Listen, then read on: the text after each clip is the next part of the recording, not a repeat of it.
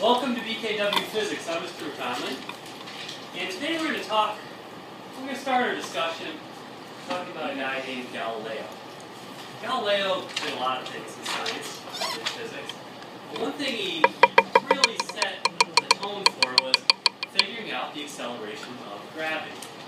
So he, as the story goes, would go up to the Leaning Tower of Pisa, and he lived close by, and he would drop things at the Leaning Tower of Pisa, and he would make timing measurements to the best of his ability at that time in history of how long it took.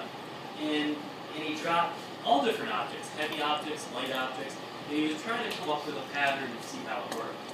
Well, his measurements were probably not excellent in terms of, because of the timing devices of the day, but he understood that there was an acceleration that was constant as the object was pulled towards the Earth. So something was pulling the object towards the Earth, and it was speeding it up in a predictable way. And he came up with a number which was later refined by a lot of different experiments. And nowadays, we say that the acceleration of gravity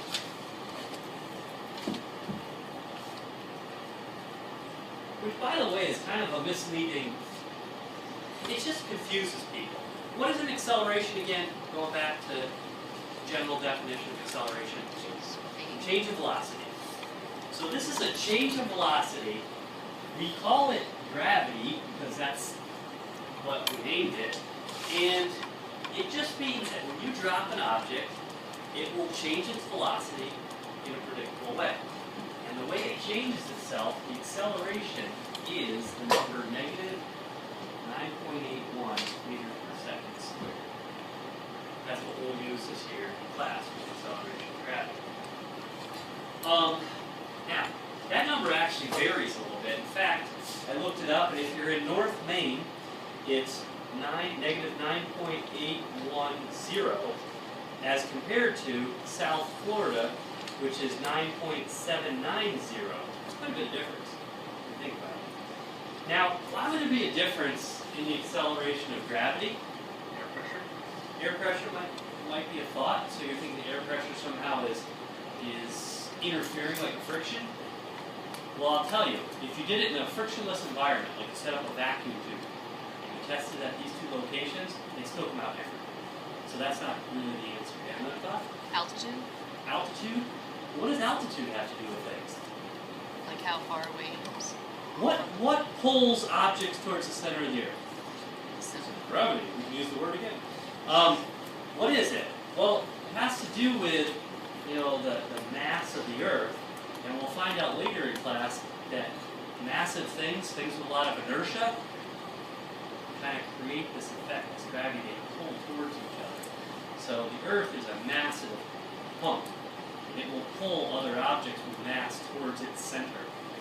If you are higher in elevation or lower in elevation, it changes things. Top of Mount Everest will have a different acceleration value than the Dead Sea. Okay? Just because of your relative height or distance from the center of the Earth. Back to the story. So, acceleration of gravity. We don't usually write it as just an A. We're a little bit more specific. We use a G.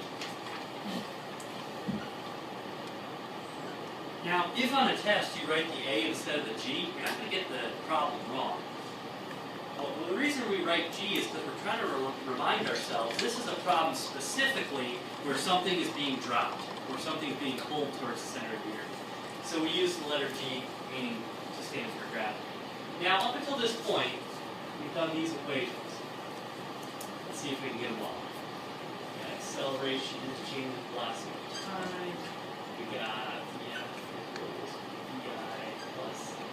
AT, we got D equals VIT plus 1/2 AT squared, and we got VF squared most recently equals VI squared plus 2AD. Looking at all those equations, which one doesn't have acceleration? First one.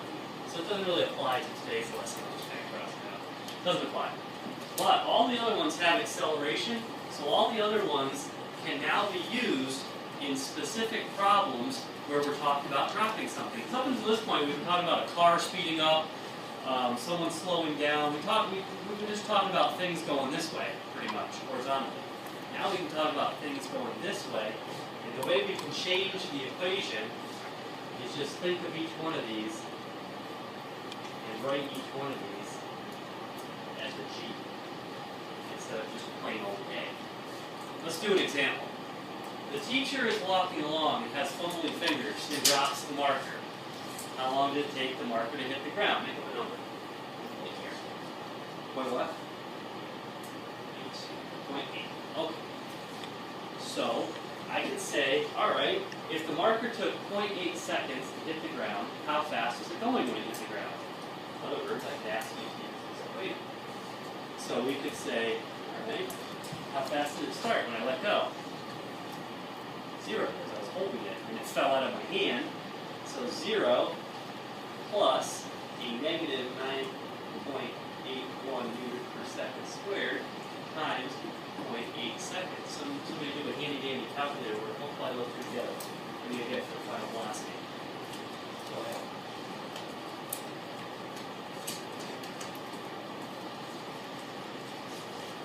Survey says negative 7.84 meters per second. So if something falls for 0.8 of a second, it will speed up to that. Now there's some really amazing stuff about gravity. Really amazing. Here's where it starts to blow your mind. Maybe not. Depends who you are. I have a chunk of steel here. It's from welding that went bad down in the shop. And this chunk of steel is, we'll say it's similar in size to my marker. I didn't have two things any closer. But it's way heavier than the marker because it's a chunk of steel. So, what do you believe will happen? Well, some of you believe that the steel is going to fall faster. And pretty much everybody in Galileo's time believed the steel would fall faster because it's heavier. It's got to fall faster. Well, you know what? He showed that it doesn't. If you drop the two things, I know you can't see that, but you will notice, I'll drop it on the table here, maybe you'll be able to see it kind of. They fall at the same rate, they end up at the table at the same time, and especially true if we do this in an environment where there's no air resistance. So you can literally drop a hunk of steel and a feather, and they will hit the table at the exact same time. Yeah. Yeah, and I encourage you to check that out. Go to YouTube and look it up if you haven't seen it before. We're going to do it as a class in a moment, and you can see that all objects will fall at the same rate. We got one more question before we leave here. If I throw a marker up in the air, on the way up, how hard is the acceleration of gravity pulling down? Right. So on the way up, pulling down, that's what stops it. That's why the marker doesn't keep going up. On the way down, how hard is the acceleration of gravity pulling down? There. That's how much you're going to be speeding up as the marker comes down. In the middle.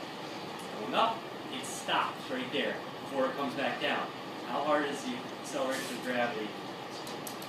It's still pulling down. The force of gravity is going to cause it to accelerate at that number. So during the whole flight, the acceleration is always down, down, down, down, and it comes back down. So for today, physics.